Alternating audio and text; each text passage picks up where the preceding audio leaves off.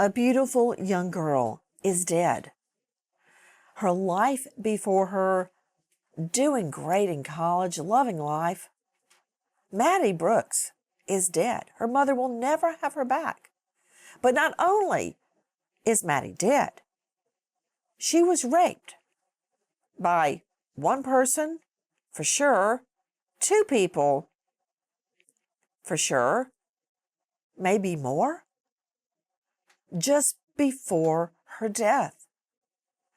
Yet now, believe it or not, the rape defendants are actually complaining about how they are treated.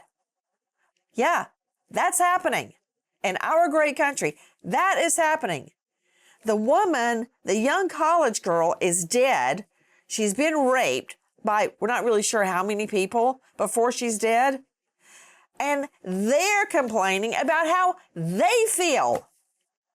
This while their defense lawyers go on a fishing expedition trying desperately to get Maddie's cell phone data because they want to try and argue that, oh, someone else must have raped her. Someone else must have anally sodomized her, not our clients. Yeah, that's why they want her cell phone. They want to show she had another boyfriend or that maybe she's had sex before. What? Really? You know what? It's enough to make you take your daughter and go hide her under the bed. I'm Nancy Grace. This is Crime Stories. Thank you for being with us here at Crime Stories and on Sirius XM 111. Correct me if I'm totally wrong to Dr. Michelle Dupree, forensic pathologist, medical examiner, former detective with the Lexington County Sheriff's Department. She is actually the author. She wrote the book on Homicide Investigation Field Guide. She shot to the forefront of our nation's consciousness during the Alex Murdaugh trial. She has written Money, Mischief, and Murder, the Murdaugh saga. Dr. Dupree, as much as I'd love to go on and on and on about your 3-page resume, if they want to know if somebody else raped Maddie, can't they tell from the DNA? If there's nobody else's DNA there, then there was nobody else. Absolutely, Nancy. I mean, Ridiculous. and as far as Dr. Dupree, have you seen rape victims on the stand get totally eviscerated? Are you on the birth control pill? Do you have a boyfriend? Were you a virgin before your rape and the defense attorney puts it in quotes? You know what? They need to be run out of town on a rail, tarred and feathered. I have, Nancy, and it's terrible the way that a rape victim is treated. Absolutely. No, no wonder it is hard sometimes to get people to testify. And we can tell, they oftentimes say, well, it was consensual. We can tell whether it was by the injuries to that person. We can tell whether it was consensual or not. And this sounds like a very horrible situation, and these defendants are absolutely crazy trying to think that they're going to blame it on somebody else. With me right now, Kieran Chawla, Emmy and Murrow award-winning investigative reporter. You can find him on Facebook and YouTube, Unfiltered with Kieran. Thank you for being with us, Kieran. Kieran, let me understand this. So the defense attorneys, and oh yes, I would try all the defendants together. The defense attorneys want a jury to believe that this young girl, Maddie, consensually had vaginal and anal sex in the back seat of their car with multiple of the defendants while they videoed it. Am I supposed to believe that's what she wanted, according to the defense? I think that's exactly what they want you to believe. That's what they're saying, that she was absolutely in control of saying yes to the sex and that it was consensual sex. And it all goes back to law enforcement saying that actually her blood alcohol content came back at 0.319. Now, in the beginning, I myself kept saying, okay, that's 4 times over the legal limit, but you have to remember she was underage. So the legal limit for anyone underage is 0.02. Actually, she was 16 times over the legal limit. So for someone that age at 16 times over the limit, law enforcement has also said there's no possible way that she could have consented to it, making it rape. Isn't that True. Jarrett Ferrantino, homicide prosecutor, Pennsylvania. You can find him at jarrettferrantino.com, host of True Crime Boss podcast. Again, I don't have time to read all you. You're all fantastic and wonderful. That's why we begged you on. I don't have time to read your full resume. Look him up, Jarrett Ferrantino. Jarrett, there's no way this little girl consented to have sex in the back seat of a car while somebody's videoing it and laughing, and she's saying no, and she's drunk, and they find, I believe it's anal tears and bruising, and they find the defendant's DNA on her person. I mean, is it that hard for you to believe, Ferrantino, that the perps withdrew and then ejaculated? I mean, there's really no nice way to explain that, but is that so hard for anybody to believe? Because I find it very easy to believe. Just looking at the numbers here, Nancy, this is what I'd call rape per se. 16 times the legal limit. How? No, we do not use Latin phrases on crime stories. You know what I love, Jarrett Ferrantino? I love to get on a packed elevator. And of course, there might be one or two jurors on there. And lawyers are on there, and they start spouting out Latin terms they learned in law school that they, I mean, love it. But please, no per se, no res ipsa loquitur, nothing. Go ahead. You got it. So just looking at these numbers, Nancy, they're staggering. This is clearly someone who is in no position to consent to anything, let alone sexual behavior, with 4 individuals in a vehicle.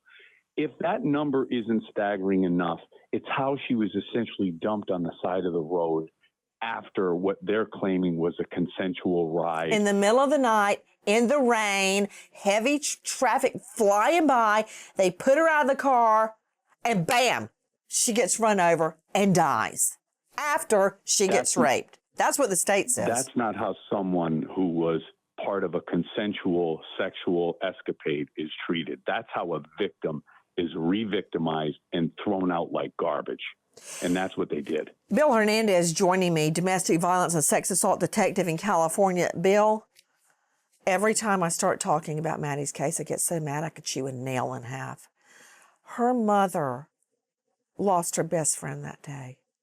Her mother is being so strong and trying to get through this, but it seems like every time I turn around, there's another attack on Maddie. That's what this is. She's dead. She can't defend herself. But you know what? We can defend her. Do you ever get tired of the victim getting blamed? I mean, you see it every day, Bill Hernandez. I do. I see it all the time, and it's so frustrating. And to walk a victim through something like that and to try to prepare them when they're living, it is so difficult to let them know, hey, this is what's going to happen. And it's so embarrassing for them because their history gets attacked. They get vilified, they get embarrassed, and it's horrifying. You know, the other issue here is there is something called the Rape Shield Law. I know a lot about it. In the state of Georgia, I remember that was one of 2 years that I worked with the Georgia Assembly. And I learned a lot about politics doing that. But we were in a committee meeting and we actually went out in the hall. I can't take much credit for it, but I can take a little credit for it. The guy who helped hire me in the district attorney's office, great, fantastic appellate lawyer, worked on the Wayne Williams trial, Joe Drolet. He said, we've got to do this. We've got to do it fast. We wrote the Rape Shield Law. He did most of it. I threw in a little bit. And that is the Rape Shield Law in the state of Georgia today. And I'm so proud that I had even a tiny part of that. What is the Rape Shield Law? It's been enacted in practically every jurisdiction that when you have a sex attack victim, their prior sex history, if there is any, cannot be brought into evidence unless it is proven in a motion in limine, which means, very simply, I'm explaining it in regular English, Ferrantino. It's a motion heard before trial, typically always outside the presence of the jury. where you try to get something in or you try to stop something before it happens. So you would, the defense would approach the judge and say, hey, I want to get in evidence that she had sex with somebody else just, 3 minutes before the alleged rape.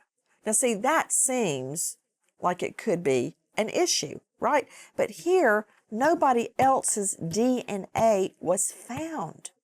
Now, back to our very special guest, Emmy and Murrow Award-winning investigative reporter Kieran Chawla. Let's talk about what we know of the autopsy report. So the autopsy did reveal that she had injury, I guess downstairs, for lack of a better word. Okay, And we don't do that. We use the actual words, such as vagina, penis, anus. Hold on. So Kevon Washington's DNA is found outside her genitals. So it's going to be argued to the jury that he withdrew from her body and then ejaculated. That's what's going to happen right there. And he can't get away from that. The other three, in my mind, Kieran, have the issue of a little video that was taken in the car. What's on the video? well, it depends on who you talk to. Madison's mom says that on this video, you clearly see her daughter saying, "Get off of me, get off of me, get off of me." Isn't it true that even that night, one of the guys didn't want anything to do with the rape going down in the back seat? Yes. The Explain. driver, actually. Explain. Kason Carver actually did not want to be there. But then on the flip side, he's also the one who recorded it. How do you know he didn't want to be there? Well, that's what was in the reports. The initial reports when they were all arrested were very detailed. And I remember covering that he did not want to be there and he didn't want to use his vehicle. But then he also, one of the main reasons that the district attorney actually upped his charge to first degree, principal to first degree, is because he did allow that and he didn't leave. According to reports, Maddie Brooks' rape suspect recorded a very disturbing selfie video from the front seat of the car before the Louisiana Coed was killed, saying, quote, "These guys are crazy, quote, they finna rape her." You know about that, Kieran? They're about to rape her. It's on a video. That's what I'm trying to elicit from you. Do you remember that statement being made? I remember that is by Kason Carver? Yes. Yes, I remember covering the fact that he kept saying that he felt uncomfortable. Joining me right now, Karen Stark, renowned psychologist, TV and radio trauma expert. You can find her at KarenStark.com. That's Karen with a C. These guys are crazy. They're about to rape her. Not only that, Nancy. It's his car. He's videoing it. That makes him a party to it. They're all a party to this. He's definitely a party to it. He said he felt uncomfortable, he hated it, but he didn't stop it, and he videoed it, and he knew what was happening. And actually, it's supposedly, allegedly, you can see in the video that you can see her legs, you could see one of them on top of her, and despite very loud music, you can hear her say, "Get off me." You know, another issue here is, of course, Jarrett Fiorentino. Hold on, Rachel Fisher and Toby Wilson. Jarrett Fiorentino, the fact that you don't stop a crime is not actionable in our jurisprudence system.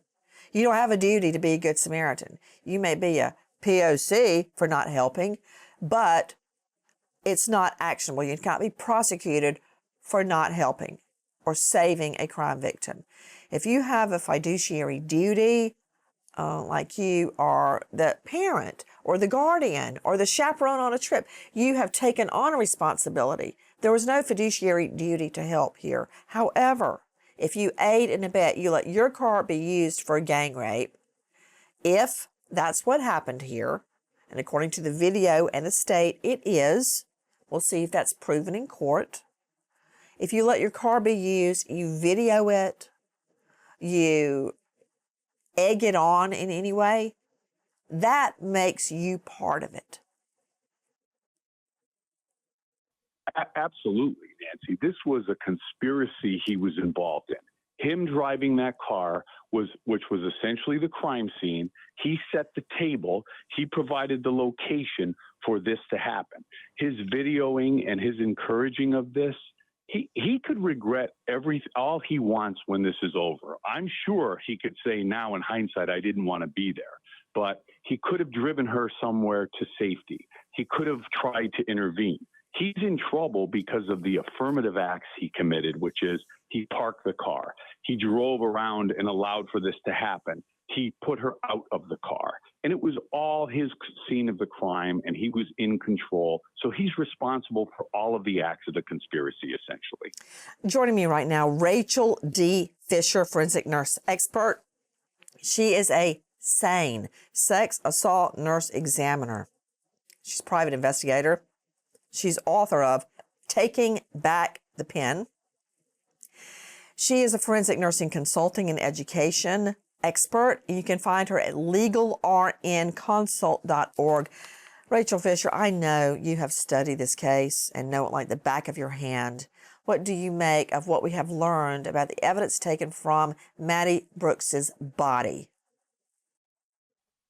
So unfortunately, the evidence was taken while she was deceased, right? So the Louisiana, the coroner can do the sexual assault exam. And so you're working with a dead body. So the crime scene is her body and the evidence is her voice. And when you take swabs inside of her vagina, inside the anus, you can see the injury. So she has injuries that are known, acute injuries, which means they happened recently. They're not old, they're acute.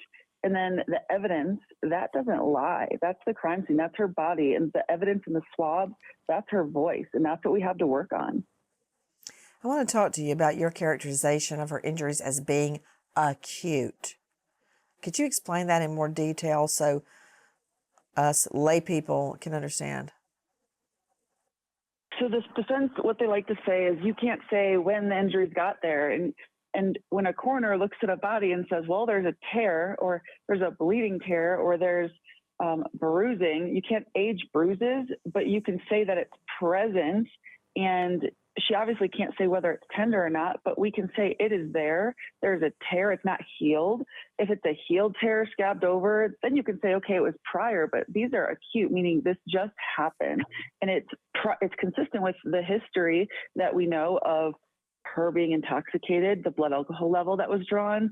This is a drug-facilitated sexual assault. There being marijuana and alcohol in her system, you can't consent whatsoever. Whether you're underage or not, she can't consent. And so the toxicology kit, the rape kit was done, and that is her voice. That's the evidence that we have from her dead body is that this happened. These are the samples of DNA. These are the injuries that were caused after she was seen stumbling out of a bar and intoxicated. This is our evidence. This is true. You know, Nancy? Yeah, jump in. So, Nancy, also, not in addition to what she just said, we can tell that this was non-consensual by the location of the injuries. For example, tears at the 6 o'clock position in the vaginal area means that it was trauma, because when it is consensual, that doesn't happen. That's not the same location. And so not just by looking at the injuries to tell that they are acute or most recent, we can tell by the position where they are that it was not consensual. You know, another issue too, Kieran Cholo joining us. You can find Kieran at unfilteredwithkieran.com. Big presence on Facebook and YouTube. Kieran, again, thank you for being with us. Kieran, I understand that an abrasion, which is a cut, and bruising on her backside, I'm using their language, not mine, prompted for a forensic pathologist to note it was highly suspicious. A separate lab report finds male DNA, but on her body. Is that correct? I believe so. That is correct. What they want is her cell phone. They want her cell phone to find out if she had been with another guy. But I believe their biggest problem is going to be the video one of them took for fun as she was being raped, according to the state. Kieran, isn't it true that also someone hung a T-shirt up covering up the car window so no one could see what was happening? I believe so. And the other thing that I wanted to add on to it, that the attorney for Case and Carver, Joe Long, in speaking with him, the other thing that he's mentioning is that the reason he wants these cell phone records for the last 72 hours, he's claiming it is under the rape shield law, that the exemption under Code 412 basically allows that. And he wants to be able to say that maybe this injury came from somebody other than these people who were in the vehicle and the defendants in this case.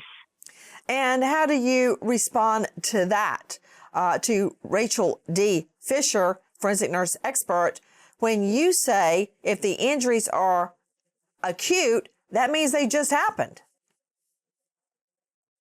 Correct. It means that it happened within a relatively recent time period. And by the time the exam was done, it wasn't done immediately. It wasn't done in the ER. It was done, later while she was deceased. She was at the coroner's office, right? So it's not going to show healed injuries on an acute exam. So the fact that they found that and they found DNA, those are both consistent with every other piece of evidence that we have here. Guys, we are talking about an obvious bid to drag Maddie Brooks's name through the mud. Video has already been leaked, we are told by the defense, of her slurring her words. She was at a bar where she actually had worked and was fed and fed and fed and fed alcohol. A video has already been leaked where her words were being slurred, and it's said it was leaked by the defense to make her look bad. Now we understand that part of her autopsy report has been leaked. I mean, how many times does this young girl, even in death, have to be victimized? Toby Wilson is joining me, forensic consultant specializing in DNA, serology, and bloodstain pattern analysis at noslowforensic.com. Toby, jump in. Well, I've been through many sexual assault cases in my career, and the defense is almost always one of trying to make the victim the problem. They put them on trial rather than the defendants, and it always comes down to, well, consensual. But the thing is that in this case, consensual doesn't work. A 0.31 blood alcohol level is unbelievable. Normally, you only see that type of level with people who are alcoholics and have developed an tolerance to drinking. 0.31 is you can't, as the articles or the indications are, you can't walk, you can't talk, you slur your words if you are able to talk. That is severely drunk. So this really comes down to the idea of consent. A person that drunk can't give consent to anything. So the argument that it was consensual, I can't see any jury buying that if they bring in forensic toxicologists to talk about the effects of a 0.31 level on someone whose body size, is small, and how much the alcohol affects your mobility situation. As for the DNA, the lack of DNA doesn't mean there wasn't sex. It doesn't mean there wasn't a rape. It just means that there's no ejaculation that occurs. And the one ejaculate that they do test ties the one guy in, and it then becomes a case of, did she say you could? And as I said, 0.31 is not going to be working for a consensual argument. So the lack of DNA is not an issue that says there was no sex. It says there was no rape. It just means that there was no ejaculation. But it can also be argued the alternative interpretation of that is there was no sex. But, I think with the video and all of that, that's, again, a moot point. So going back one more area, the male DNA that was found in her anal area, that's an interesting thing because there are other technologies that could be used now that are very sensitive to test that male DNA to determine the genetic line that it came from. So when you get a male-only profile All you can say is it was that individual, his brothers, his father, anyone who's in a direct line of that, because male DNA, just like mitochondrial DNA, which is female, is passed down the same from generation to generation by the men in the family. So, I'm kind of surprised that there wasn't further analysis. Speaking of the DNA, Jared Fiorentino with me, veteran homicide prosecutor, but he's certainly tried rape cases as well. This is how I would put this case together. Number one, you have the DNA of one of the defendants in her genital area. I believe it's Kayvon Washington. And correct me if I'm wrong, Kieran. So you've got Kayvon Washington with DNA. You've got the driver of the car taking the video. Isn't that right, Kieran? Yes. Yes, that's correct. So you've got the driver of the car taking a video. Which one is the driver, Kieran? Jason Carver. And you have the driver stating they're about to rape her. And they're crazy. Okay, so you even have one of the defendants saying the other three are about to rape her. Nancy, do you mind if I add one other thing? Please do. So when he was pressed, Carver was asked, how could it be that it was consensual when she was so drunk? Didn't he think that she was too drunk? And allegedly he said, yeah, I guess. So exactly. Even he admitted that. And you also had them laughing. And in the video, reportedly, you see guys swapping out, being in the back seat. Is that true, Kieran Chawla? You do. And in fact, they took turns. If Kayvon Washington was in the back, and I believe Lee was in the back, and then the uncle of one of these kids was in the front along with Jason Carver. So with the video that they took, because they thought it was funny to video a girl who was completely inebriated being raped in the back seat, they thought that was a good thing. That fun video they took is now going to be State's Exhibit number 1. So in my mind, Jared Fiorentino, I don't need all their DNA. What? I'm supposed to believe them or my lying eyes when I look at that video? What do they say, Nancy? Absence of evidence is not evidence of absence. You have so much. Okay, I'm totally stuff stealing that. I said that, not you. Go ahead. You got it. It's absence. yours. That's I stole it. brilliant. But this is just a cocktail of evidence that suggests what was going on. It's great evidence you have one of their DNA, but it's not dispositive of anything because some of other DNA was not on her body. They were there. The video, the ride, the statements, it all put together paints a picture of a horrific situation inside that car. This girl was gang raped. Matt, she was gang raped. And when you have a situation like that, you're going to have some DNA. You're not going to have all of it. And you have just a plethora of other evidence here to play out in front of a jury. These guys are in big trouble. Yet now, Nancy, may I add one thing? Please do. So in my conversations with Joe Long, and again, Joe Long is who is representing Jason Carver, the other reason he says he wanted the text messages from 72 hours before is to show that if she was texting maybe in the minutes or hours leading up to what happened in the car, that he wants to be able to say that she was okay enough, not inebriated enough to be sending text messages, possibly coherent text messages, and to show that she actually wasn't as drunk as everybody is claiming she was. You mean as her blood alcohol says that she is? Yes. Okay. Of course, the mom tells me, well, she actually, yes. The mom has also told me, Madison's mom, that she actually left her cell phone in the bar. So she didn't even have it with her when she left out for that night. Guys, believe it or not, the rape defendants, and they're really lucky, and I don't get it, that they haven't been charged with felony murder because she is dead while a felony was ensuing.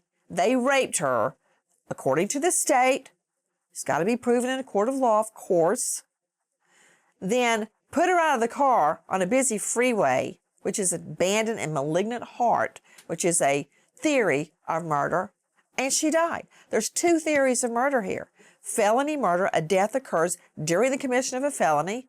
The death does not have to be intentional. It's like Jackie and I go rob another bank. I say, don't pull your gun. She gets a wild hair. She shoots the teller. I'm charged with felony murder because the death occurred while I was committing a felony. I didn't mean for it to happen, but I'm still charged with felony murder. There's that theory, and there is abandoned and malignant heart. For instance, if I get in my minivan and I plow through, let's say, a street fair at 90 mph, and I kill somebody, I was acting with an abandoned heart with no thought for human life. That's two theories of murder. So these guys should be thanking their lucky stars they're not charged with murder. Not quite sure why they're not charged with murder, but yet they are actually complaining. Whose fault is it that he's being charged? Why was he even in the car when this was happening to Maddie Brooks? Kieran Chawla joining me. You can find Kira at Unfiltered with Kieran. Kieran Chawla, what more can you tell us? When will the case go to trial? What more do we know about the defense efforts to get her cell phone? What else is happening? So we're expecting a trial possibly next fall. So it's going to be at least another year. And I know that seems like it's going to be a very long time, but you have 4 cases that have to go to trial. The other one that kind of comes up as a caveat is Kayvon Washington. Now, he's actually facing a first-degree rape charge also in Livingston Parish. That's a neighboring parish. Oh, dear gravy. He's got a similar transaction? Oh, whoa. Yes. I need to write this down. So Kayvon Washington, who I might add, is also on the video, according to Miller, shoving Maddie down in the back seat. He's the one whose DNA is in her genital area. Okay. He's got another rape charge. Tell me about that, Kieran. Yes, we covered this case, and after all this came to light, I had somebody reach out to us. The young girl was 12 years old at the time that it happened, and she's now 15. So granted, this happened 3 years ago, and an arrest was never made in the case. Not even, I think, the day after we did the report, Kayvon Washington was arrested in connection to this rape, and the police department locally telling us, oh, the witness from 3 years ago just came forward, that her friend was with her and saw it happening. That's total BS. They didn't follow through on the investigation. So, yes, and he's been arrested in that case, and he's facing another first-degree rape charge there, and obviously first-degree rape in Louisiana carries mandatory life. So that's a big play as well, because he's facing 2 first-degree rapes in 2 different parishes. Kayvon Washington and Desmond Carter have both admitted to, as they say, sex activity with Maddie. The young girl who's so out of it she leaves her phone behind and is seen in the video being pushed down in the back seat. So with Kayvon Washington, who admits and has another rape charge that was never prosecuted, it will be now. That's a day late and a dollar short because Maddie's dead. If he had been prosecuted in that case, he might have been behind bars and Maddie would be alive today. Kayvon Washington and Desmond Carter, according to reports, both admit to sex activity, as they call it, with the victim. The driver, Kason Carver, it's his car, and he says on video, they're about to rape her. Then we have Everett Lee. Now, if I were trying it, Jarrett Ferrantino, I would get the one who is the least culpable, if I could even figure out who that would be. Turn them over, give them a deal, of course, that has substantial jail time, and have that person rat out on the other 3 so I could get them 20 to life. Thoughts? I think that's likely to happen here, Nancy. If you don't have that, I still think there's a strong case. Obviously, if you can get the driver or somebody to flip, it just seals the fate of these guys as far as Really I'm don't concerned. need the flip, though. I mean, I've said before to a jury, sometimes you got to go to hell to get the witness to put the devil in jail. I really believe if you tried these four together, put them all in the same pot to stew, that there would be a conviction on every one of them because they're in it together. And the video, it's really the video that they thought was such a great idea. That is the nail in their coffin. Rachel Fisher, what do you believe is the strongest evidence for the state as a rape kit nurse? So the toxicology kit, obviously, because it shows the lack of consent because it was drug-facilitated sexual assault. And then the evidence of an acute abrasion, meaning the skin is freshly off the skin and not a healed abrasion. And then the DNA on her, it wasn't in her vagina. From what I've read, it was found on the genitals, but anybody's DNA on somebody else's genitals being found, that just shows that you shouldn't be there. She wasn't consentable. The toxicology kit shows that. So whether they admitted to doing it and she wanted it, they can admit that all day, but it wasn't consensual, but it was drug facilitated. So either way, they knowingly facilitated it and it was done. It's there. Maddie Brooks, just 19, died in the hospital after allegedly being gang raped and struck by a car. As we all know, and let me emphasize strongly, these young men are presumed innocent. Everything that we have discussed is based on video that we have seen, the video we're talking about, we've seen it. The autopsy report and the statements of the defendants. That's where we're getting this analysis. That and more will be brought out at trial, should this case go to trial. But in our system of jurisprudence, everyone is presumed innocent unless and until the state meets the burden of proving their guilt beyond a reasonable doubt. If the state fails, under the law, they walk free. We wait as justice unfolds. Goodbye, friend. Guys, thank you for watching Crime Online with Nancy Grace here on YouTube. To get the very latest, subscribe to Crime Online here